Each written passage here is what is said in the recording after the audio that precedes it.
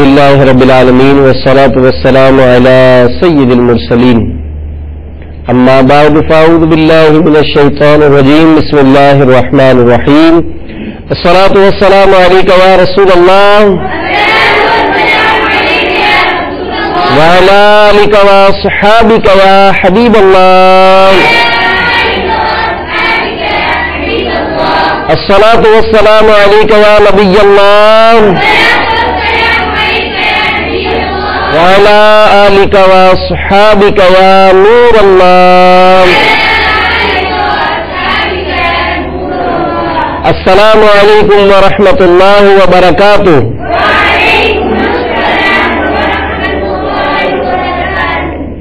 پیارے پیارے مدنی منوں اور مدنی چینل کے ناظرین، الحمدللہ مدنی چینل کے سلسلے مدنی منوں کے مدنی پھول میں ہم سب حاضر ہیں اور آپ کو ہم مرحبا کہتے ہیں. یہ وہ سلسلہ ہے کہ جس میں اس وقت ملک بھر کے بیشتر مدارس میں، کیونکہ ملک بھر میں تقریباً 906 مدارس المدینہ ہے، جس میں 72,000 مدنی منوں اور مدنی منیاں قرآن پاک کی حفظ و ناظرہ کی تعلیم دعوت اسلامی کے زیر اہتمام حاصل کر رہے ہیں. اور اس وقت جو 12 بجے کا جو وقت ہوتا ہے، یہ ہمارے مدرسوں میں تربیت کا وقت ہوتا ہے.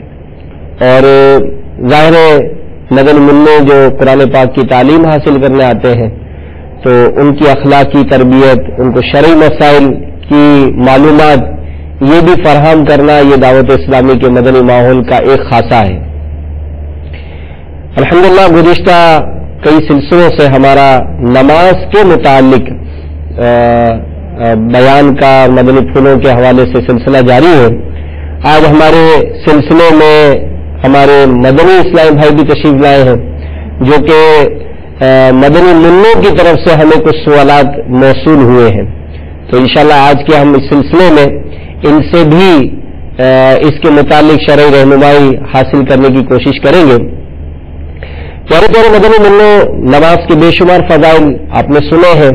قرآن و حدیث میں اس کی جو روایتیں بیان ہوئی، آیتیں بیان ہوئی، اس کے متعلق آپ نے بھی معاملہ سنے ہیں. اللہ کے نیک بندے یہ نماز و عبادت کے ذریعے اللہ تبارک و تعالیٰ کی بارگاہ میں ایک خاص مقام یہ حاصل کرتے ہیں، اور ان کے دل خوف خدا عز و جل سے معمور ہوتے ہیں. اور یہی وہ چیز ہوتی ہے جب کسی کے دل میں خوف خدا پیدا ہو جائے تو وہ کائنات کی کسی شے سے بھی نہیں ڈرتا ہے. اور بسا اوقات تو اس طرح کے واقعات بھی ملتے ہیں کہ جس کے دل میں اللہ کا خوف پیدا ہو جائے درندے تک اس سے گھبراتے ہیں. جی ہاں، حضرت عروہ بن عقبہ رضی اللہ تعالیٰ عنہ، آپ کی زیادہ تر زندگی سفر میں رہی، تبلیغ دین، جہاد، اس طرح کے معاملات میں آپ مصروف رہا کرتے تھے. اور آپ کا انداز زندگی بڑا پیارا تھا. کیا تھا کہ آپ رات بھر اللہ کی عبادت کیا کرتے تھے، نماز میں مصروف رہتے تھے اور دن میں روزہ رکھا کرتے تھے. ایک مرتبہ آپ سفر پر ہی تھے، قافلے والوں کے سامان کی حفاظت یہ آپ کے ذمہ تھی. رات میں آپ پہرا دے رہے تھے، اچانک شیر کی دھاڑ سنائی دی ہوئی. آپ نے دیکھا کہ شیر آ رہا ہے. اب اگر ہم جیسا کوئی ہو تو کیسی گھبراہٹ ہو، مگر اللہ کے ولی جو اللہ کی عبادت کرتے تھے، نماز سے محبت تھی، ان کو شوق تھا. آپ نے شیر کو اشارے سے بلایا. جب شیر قریب آیا تو اپنے اس سامان کی حفاظت اس شیر کے سپرد کر دی اور خود نماز میں مصروف ہو گئے. صبح تک بڑے اطمینان اور بڑے خشوع اور خضوع کے ساتھ آپ نماز پڑھتے رہے. شیر خیمے کے گرد چکر لگاتا، اس سامان کی حفاظت کرتا رہا. جب صبح کی نماز سے فارغ ہوئے شیر کے قریب پہنچے تو شیر کو دیکھ کر مسکرائے اور اللہ تبارک و تعالی کا شکر ادا کیا، شیر کو جانے کی اجازت دے دی، شیر خاموشی سے گردن جھکائے ایک طرف روانہ ہو گیا۔ تو یہ نماز کتنی اہم عبادت ہے، تو بہت خوش نصیب ہو وہ مدنی منع جن کا دل نماز میں لگتا ہے۔ اب استاد صاحب آپ سے پوچھ رہے نماز پڑھتے ہیں، آپ کا سر شرم سے جھکا ہوا ہے، کیوں کہ آپ نے نماز نہیں پڑھی؟ ابو آپ کو کہتے ہیں نماز پڑھی، آپ شرمندہ ہو رہے کہ دل نہیں لگتا ہے۔ امی جان آپ کو کہہ رہے نماز پڑھی، آپ شرمندہ ہو کہ آپ کا دل نماز میں نہیں لگ رہا ہے۔ تو یاد رکھیے جس کا دل نماز میں لگے وہ بہت خوش نصیب ہے، بہت سعادت مند ہے کہ جو شوق سے نماز پڑھتا ہے۔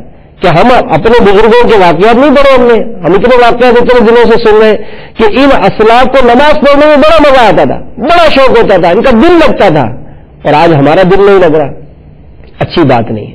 تو نماز میں دل لگائے کہ نماز پڑھنا یہ اللہ تعالیٰ کو بہت پسند ہے، بہت پسند ہے کہ جب بندہ نماز پڑھتا ہے وہ اللہ تعالیٰ کے بہت زیادہ قریب ہو جاتا ہے۔ اور یہاں تک باتوں بیان کیا کہ جب تم نماز پڑھو تو یوں نماز پڑھو گو تم اللہ کو دیکھ رہے ہو، اگرچہ تم اللہ کو نہیں دیکھ رہے مگر اللہ تو تمہیں دیکھ رہا ہے۔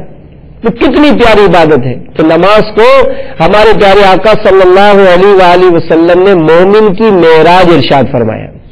تو اللہ تعالیٰ ہم سب کو پانچوں نمازیں باجماعت پڑھنے کی توفیق عطا فرمائے۔ تو خیر آج حضور ہمارے سلسلے میں ہمارے مدنی منوں نے مختلف مدرسوں سے ہمیں کالیں کی ہیں، ریکارڈنگ کرائی ہے، تو آئیے ہم سنتے ہیں کہ وہ نماز کے متعلق کچھ انہوں نے مسائل جاننے کی کوشش کی۔ اور الحمدللہ یہ دعوت اسلامی کے مدنی ماحول کی برکت ہے کہ آج ان چھوٹے مدنی منوں میں بھی شعور پیدا ہوا کہ ہم جو عبادت کر رہے ہیں اس کے متعلق شریعت کا کیا حکم ہے۔ تو آئیے ہم وہ سوال سنتے ہیں جو ہمارے مدنی اسلام بھائی جو حاضر ہیں تشریف لائے ہیں، ان کو سوال سنائے کہ ہمارے مدنی منع ان سے کیا پوچھنا چاہ رہے ہیں۔ صلو علی الحبیب اللہ تعالی۔ السلام علیکم ورحمۃ اللہ وبرکاتہ۔ میرا نام غلام الیاس اتاری، میرے والد کا نام محمد فہیم اتاری ہے۔ میں مدرسۃ المدینہ گودرا کالونی سے بات کر رہا ہوں۔ میرا سوال یہ ہے کہ اگر نماز میں ادھر ادھر نگاہ جائے تو کیا نماز ہوگی یا نہیں؟ جزاک اللہ خیرا۔ خاص کر ہمارے مدنی منع مطلب غور کر لے کہ بڑا اہم سوال ہمارے مدنی منع نے پوچھا ہے کہ نماز میں ادھر ادھر دیکھنا، کہ نماز منع تو منع ہی ہے، وہ تو انسانوں فری اسٹائل ہوتا ہے ان کا، تو کہ مطلب ہم کو نماز میں کیا ادھر ادھر نہیں دیکھنا ہے۔ تو نماز میں مطلب ہمارا کیا انداز ہو، کیا ادھر ادھر دیکھنے سے ان کا پوچھنا یہ کہ نماز کہیں ایسا تو نہیں کہ نماز ہی نہیں ہوتی ہے، تو اس کے متعلق کیا آپ ارشاد فرماتے ہیں؟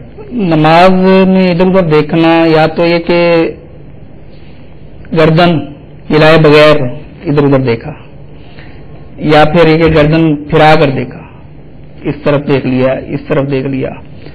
تو اگر تو گردن ہلائے بغیر دیکھا پھر تو یہ مکروہ تنزیہی ہے، اس میں یہ کہ نماز ہو جاتی ہے لیکن نہیں دیکھنا چاہیے اس طرح۔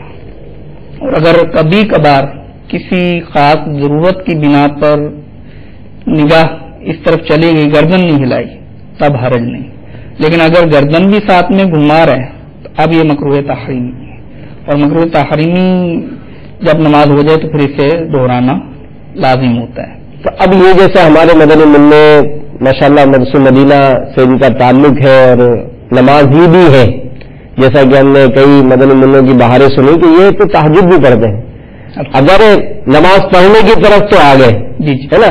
اور وہی بات مدنی منع بھی اس پر دھیان دیں کہ بعض اوقات جو نماز میں دل نہیں لگتا نا، اس کی ایک وجہ یہ بھی ہے کہ نماز کو اگر اس کا جیسا حق ہے اس انداز سے اگر ادا کی جائے گی اس نماز میں بہت دل لگے گا، اور اگر اس نماز کو اس کے حق کے ساتھ ادا نہیں کیا جائے گا تو پھر شاید ہو سکتا ہے کہ آپ کا دل نہیں لگتا ہو۔ تو اب اگر ہمارے مدنی منوں کو اس معاملے میں بھی تربیت ہو جائے، یعنی جب نماز پڑھنی ہے تو ہاتھ بھی اٹھانے ہیں، قیام بھی کرنا ہے، رکوع بھی کرنا ہے، سجدہ بھی کرنا ہے، قعدہ میں بھی اتحیات جب پڑھتے ہیں تب بھی دیکھنا ہے، اور وہ سلام جب پھیرتے ہیں تو یوں سمجھے کہ وہ تو بالکل ایسا انداز ہوتا ہے کہ سلام پھیر کے بالکل وہ صف کے کونے تک نظر کرتے کہ کتنے نمازی آئے، ادھر گردن گھمائے تو وہ کونے تک لے کے گئے کہ جناب یہاں کتنے آئے.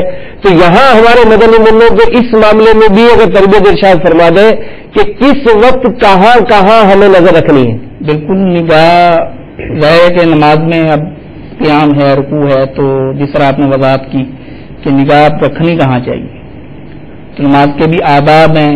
اور جو بات آپ نے کہی کہ نماز اگر ہم کما حق ہو، جس طرح نماز ادا کرنے کا حق ہے اس طرح اگر ادا کریں گے تو اس کی یہ نوبت ہی نہیں آئے گی کہ نگاہ ادھر چلی گئی ادھر چلی گئی.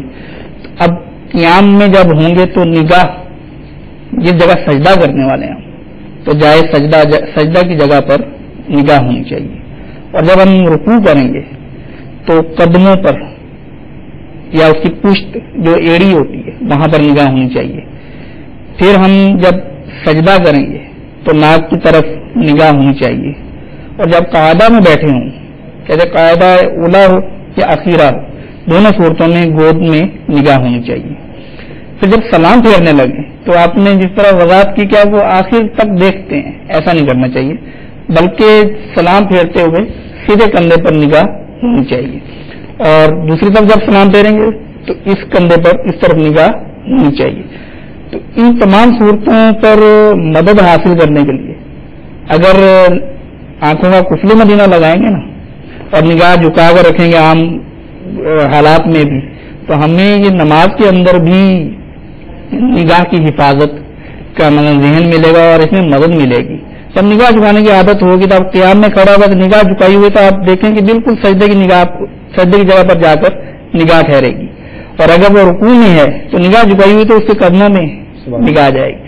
تو آنکھوں کا کفل مدینہ اگر نماز کے علاوہ بھی لگا رہے، نگاہیں جھکائے کی رکھنے کی عادت بنی رہے تو انشاءاللہ نماز میں بھی اس کی عادت پڑ جائے گی. ماشاءاللہ بہت پیارا مدنی پھول ملا کہ نگاہیں جھکا کر رکھنے کی اگر عادت بن گئی تو نماز کی لذت سبحان اللہ کیا ہی خوب ملے گی. اور یہاں پر اگر ہمارے مدنی منع اس کو دہرا لیں کہ قیام یعنی جب ہم قیام کریں گے اللہ اکبر کہہ کر ہم نے ہاتھ باندھے، یہ قیام ہے. قیام میں جب ہم کھڑے ہوں گے تو ہماری نظر کہاں ہوگی؟ سجدے کی جگہ پر. کہاں ہوگی؟ سجدے کی جگہ پر. اور جب ہم رکوع کریں گے تو رکوع کے وقت ہماری جو نظر ہے وہ کہاں ہوگی؟ قدموں کی طرف. رکوع میں نظر کہاں ہوگی؟ قدموں کی طرف. اچھا، پھر جب رکوع سے اٹھتے ہیں اس کو کہتے ہیں قوما. قوما میں ہماری نظر سینے کی طرف ہوگی. قوما میں ہماری نظر کہاں ہوگی؟ بلند آواز سے کہیں سینے کی طرف ہوگی. اور جب سجدہ کریں گے تو سجدے میں ہماری نظر کہاں ہوگی؟ ناک کی طرف. کہاں ہوگی؟ ناک کی طرف. اب جب تحیات میں بیٹھیں گے، چاہے وہ 2 رکعت میں بیٹھے یا 4 رکعت میں بیٹھے، اب تحیات میں جب بیٹھیں گے تو ہماری نظر ہوگی گود کی طرف. کہاں ہوگی؟ گود پر ہوگی. اور جب سلام پھیریں گے تو سلام پھیرتے وقت سیدھی طرف جب سلام پھیریں گے تو سیدھے کندھے کی طرف، اور الٹی طرف جب سلام پھیریں گے تو الٹے کندھے کی طرف ہماری نظر ہوگی.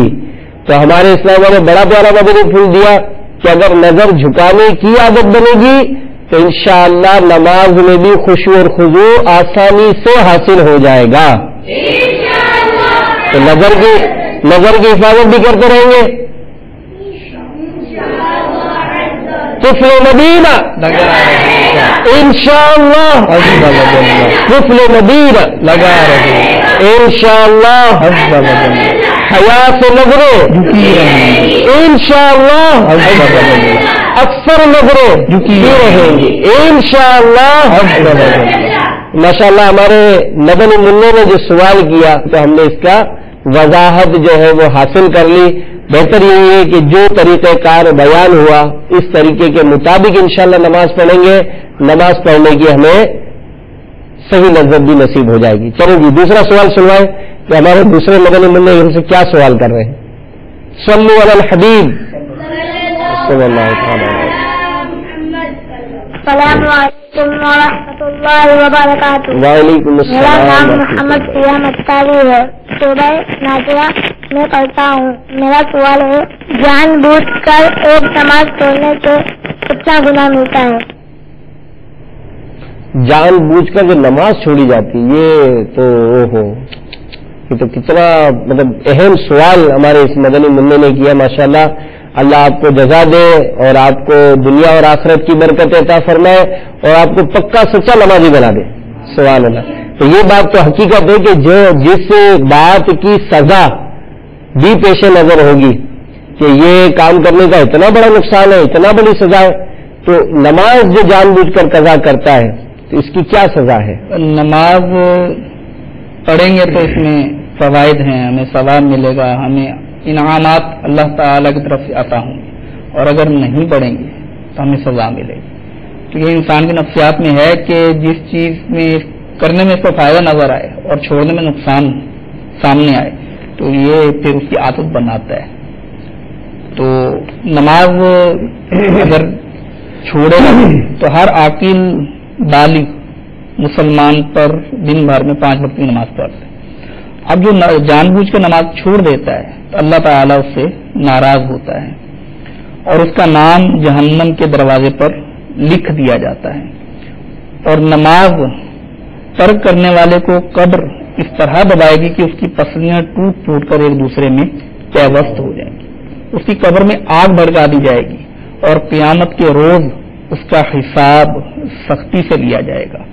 اب ہم یہ غور کریں کہ ہمارا جسم, ہمارا بدن بہت نازک ہے.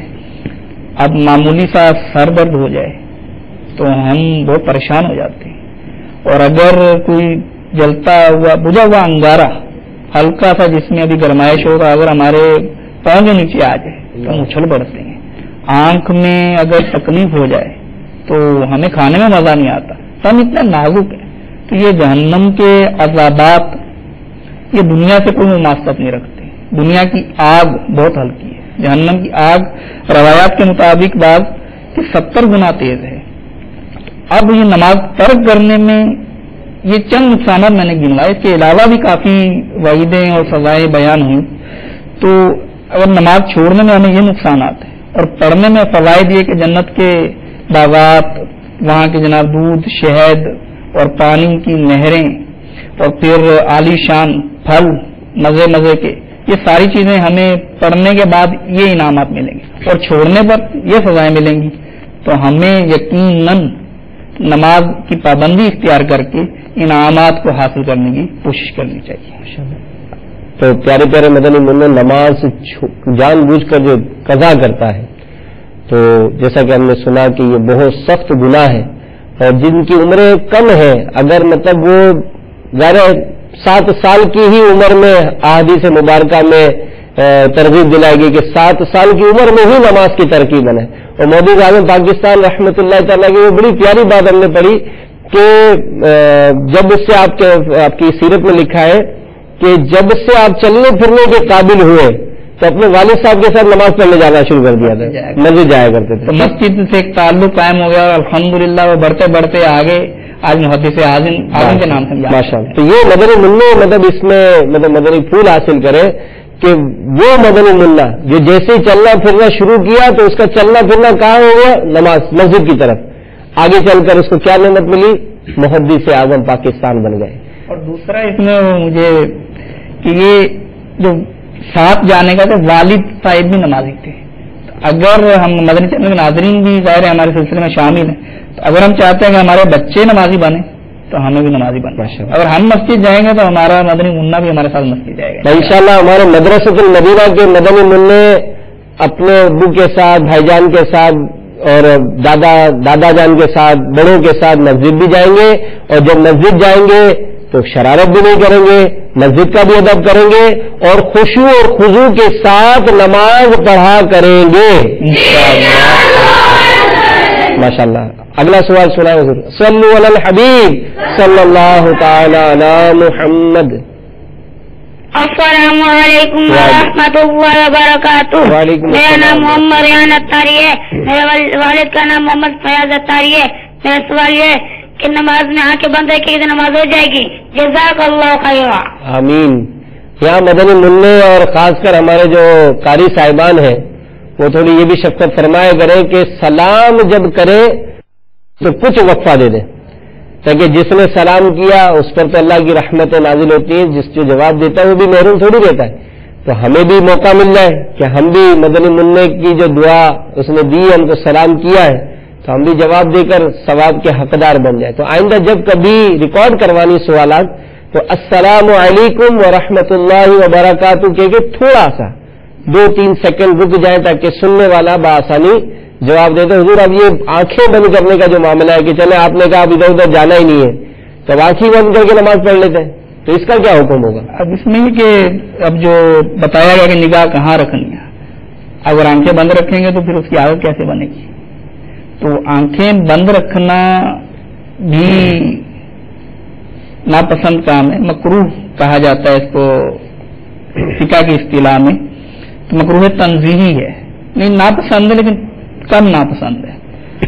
لیکن پھر بھی اگر کسی کو آنکھیں بند رکھنے میں ہی نماز میں صحیح توجہ حاصل ہوتی ہے اور خشوع حاصل ہوتی ہے اور اس کو ایک لطف آتا ہے نماز کا، آنکھیں کھول کر وہ اس طرح کا خشوع و خضوع حاصل کرنے کی کوشش کی لیکن نہیں کر پاتا. پہلے تو یہ کہ آنکھیں کھول کے نماز پڑھنی چاہیے. اب اگر بالفرض وہ آنکھیں بند کر کے ہی نماز میں لطف محسوس کرتا ہے تو پھر اب آنکھیں بند رکھنا اس کے لیے افضل ہے. لیکن اصل وہی ہے کہ نگاہ کہاں رکھنی اس کی عادت بنائیں تو انشاءاللہ آنکھیں بند کرنے کی نوبت ہی نہیں آئے گی.